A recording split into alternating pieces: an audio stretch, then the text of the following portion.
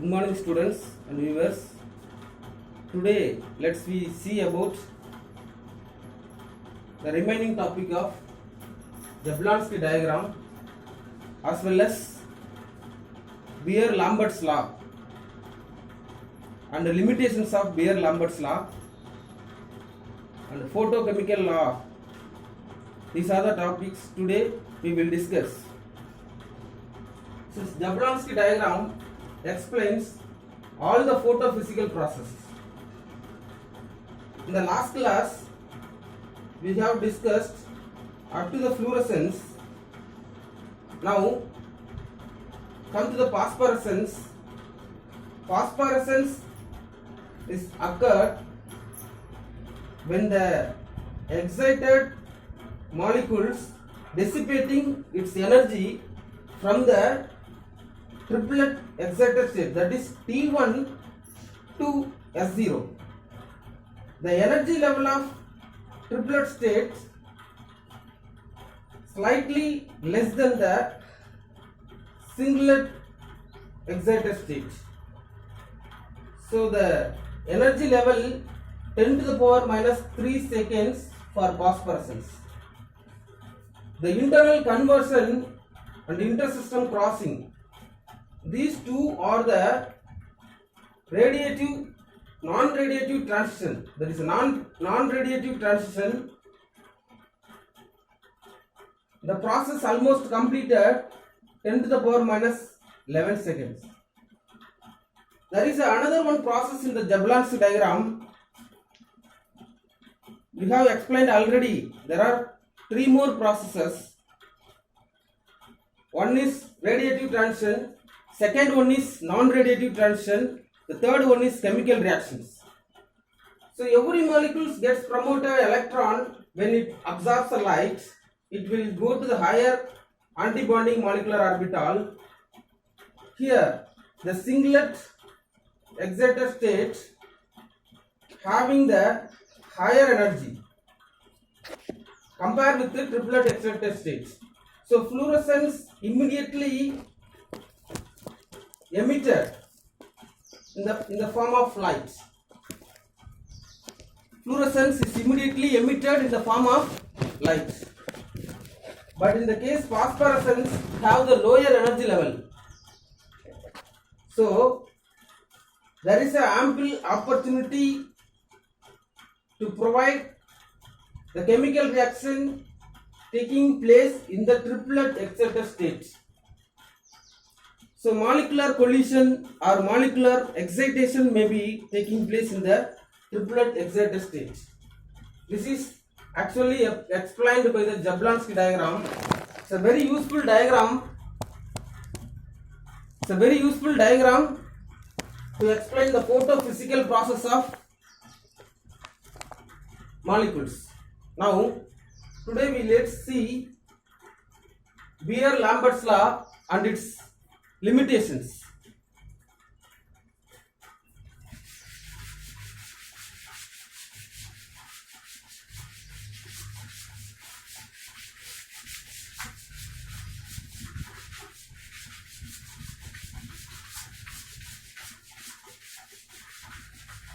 So Beer-Lambert's law.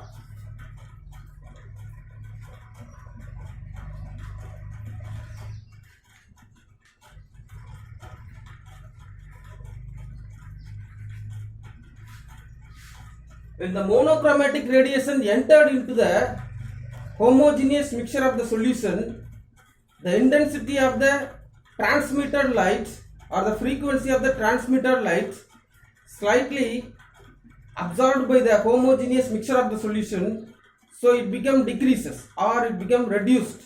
That is called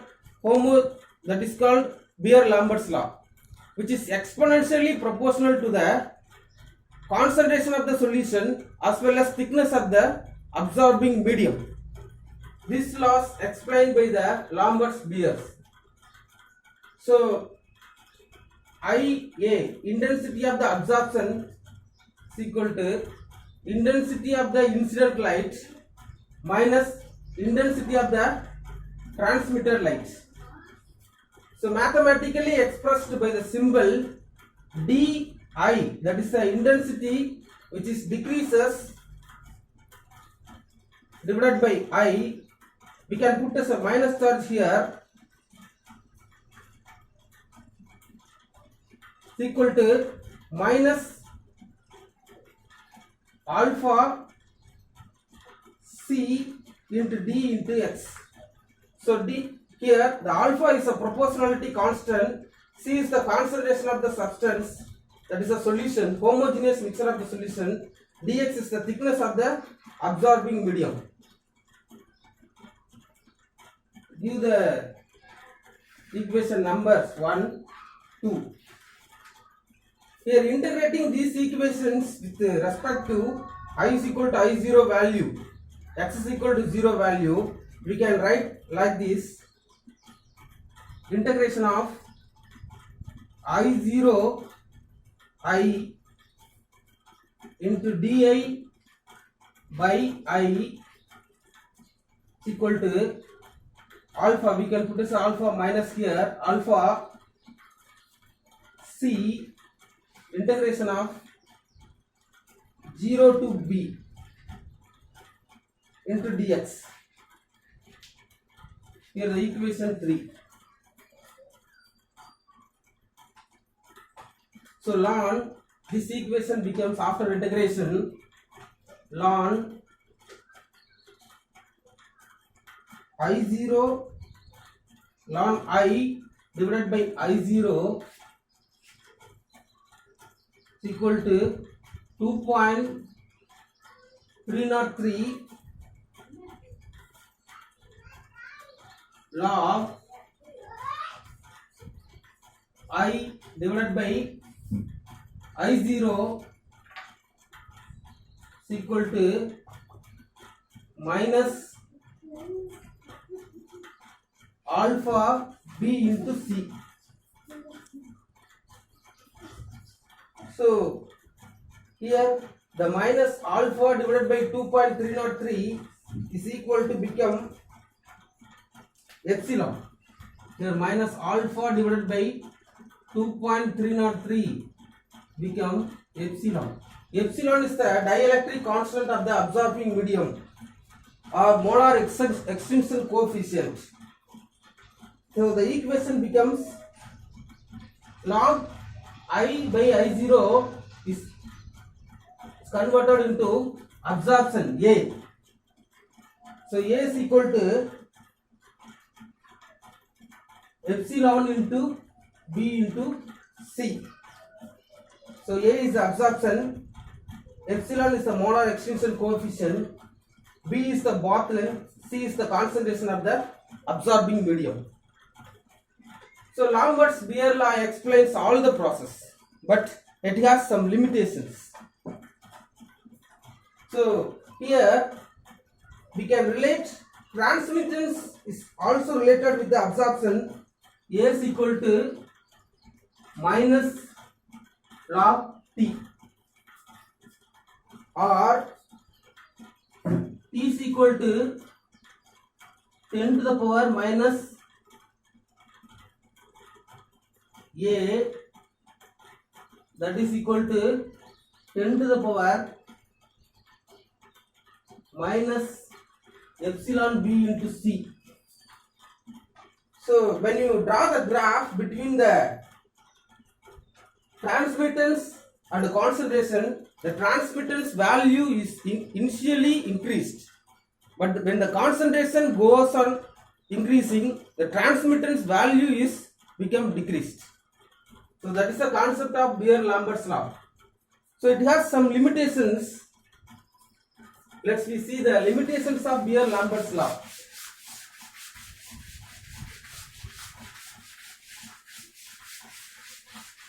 The limitation of the first point is, if the light, that is if the light is not monochromatic radiation, the law is not obeyed by the substance.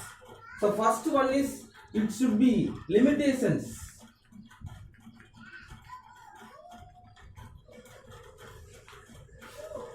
First one is monochromatic radiations.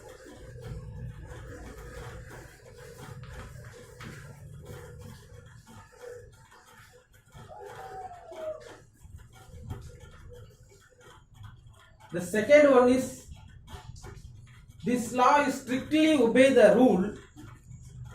It is only applicable to dilute solution.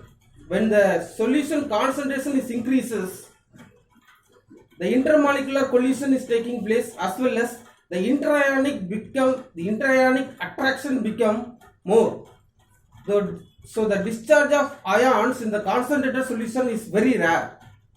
So the solution should be dilute. That only obey the Beer-Lambert's law. Dilute solution is required.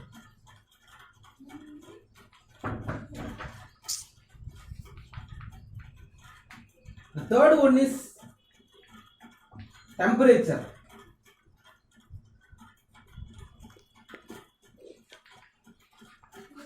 Temperature in the sense, temperature should not be more, because when the temperature increases, the absorption of light become longer wavelengths.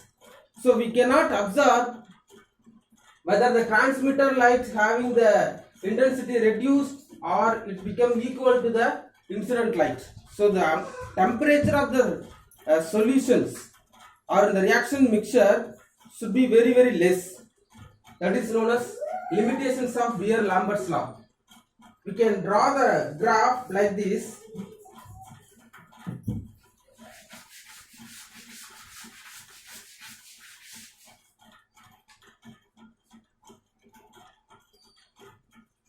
We can draw the graph. In the x-axis there is a concentration, in the y-axis absorption.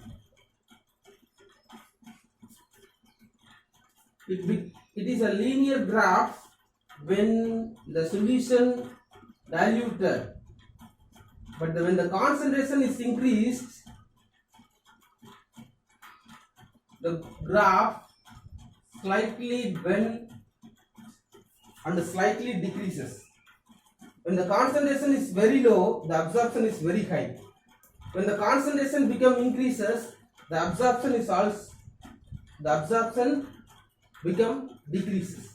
That is a Beer-Lambert's law, limitations and Beer-Lambert's law.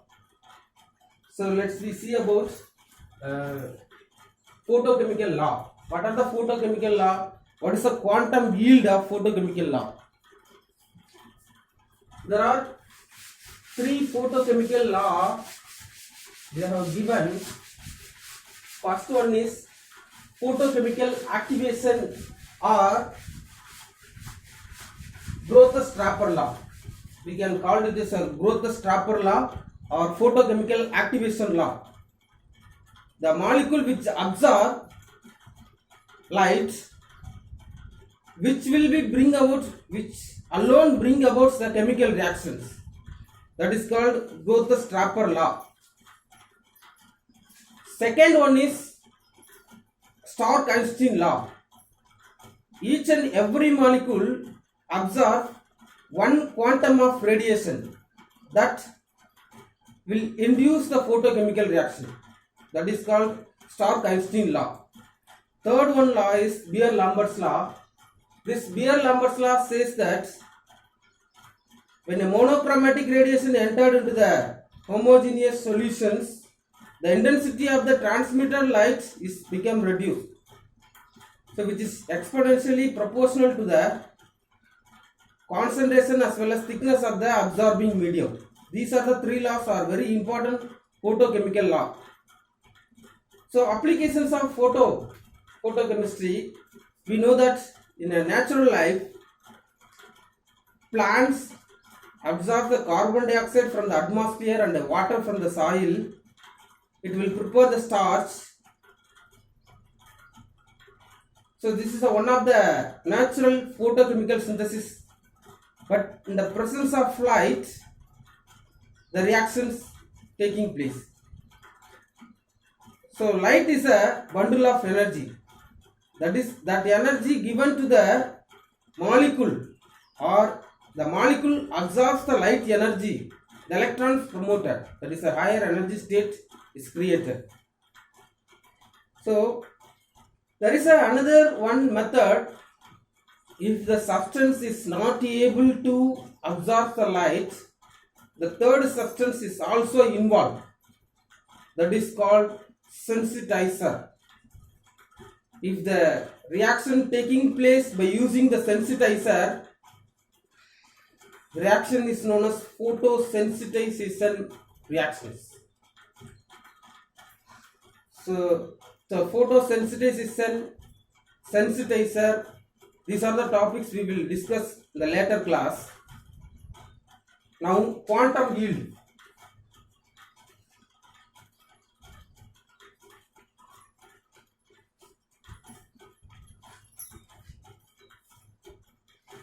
Quantum yield is denoted by the symbol eta, which is always less than 1. Because the quantum yield we can represent it as number of quantum yield eta is equal to number of molecules react. Number of molecules react divided by number of quantum radiation absorbed.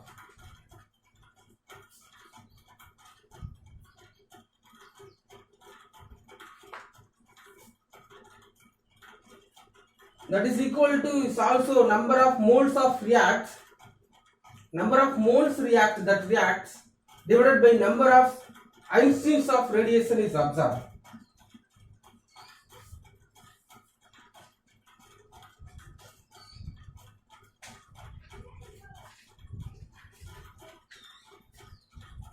So the quantum yield product formation is also given by number of products formed, number of molecules of products.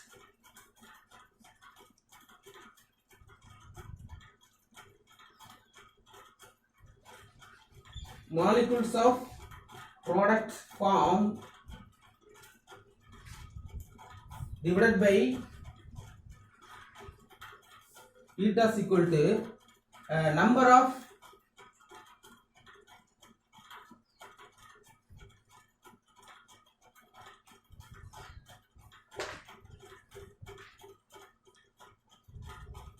quantum of radiation is absorbed.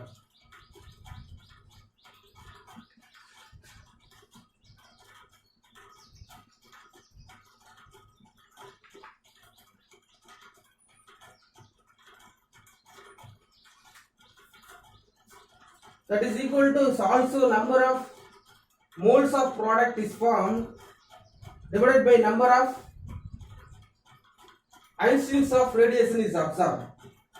By simplifying the equations, the overall equations become nu. The overall equations is equal to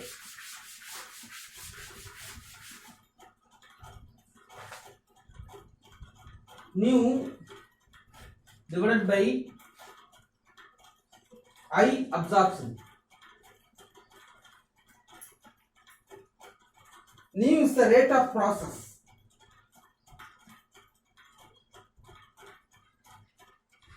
Rate of process.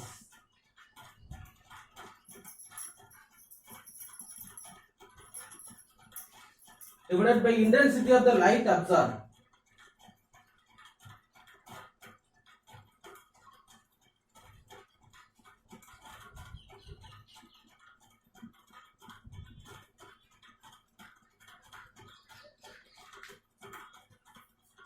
So intensity of the light absorbed. If it is true, the quantum yield should be 1, but in this case the quantum yield is less than 1. The quantum yield is less than 1. What was the reason? Some of the molecules may involve in the reactions during the photosynthesis. So energy must be lost. That denoted by the symbol of quantum yield is always less than 1. So number of quantum of radiation is absorbed, number of molecules of reacts. So that is equal to the number of moles of reacts divided by number of Einstein's of radiation is observed. Here also product become number of moles of product is formed divided by number of quantum of radiation observed. That is equal to number of moles of product is formed divided by number of Einstein's of radiation is observed. If it is the law is true, eta is equal to should be 1, but in this case eta is less than 1. So during the photochemical synthesis, some of the energy is lost. That energy is used for the chemical reaction to take place. With this we will stop. The remaining in the next class we will see in the next class. If you like this video, like it. If you have any suggestion, comment in the comment box. Subscribe the video. Thank you. Thanks for watching. தெரியல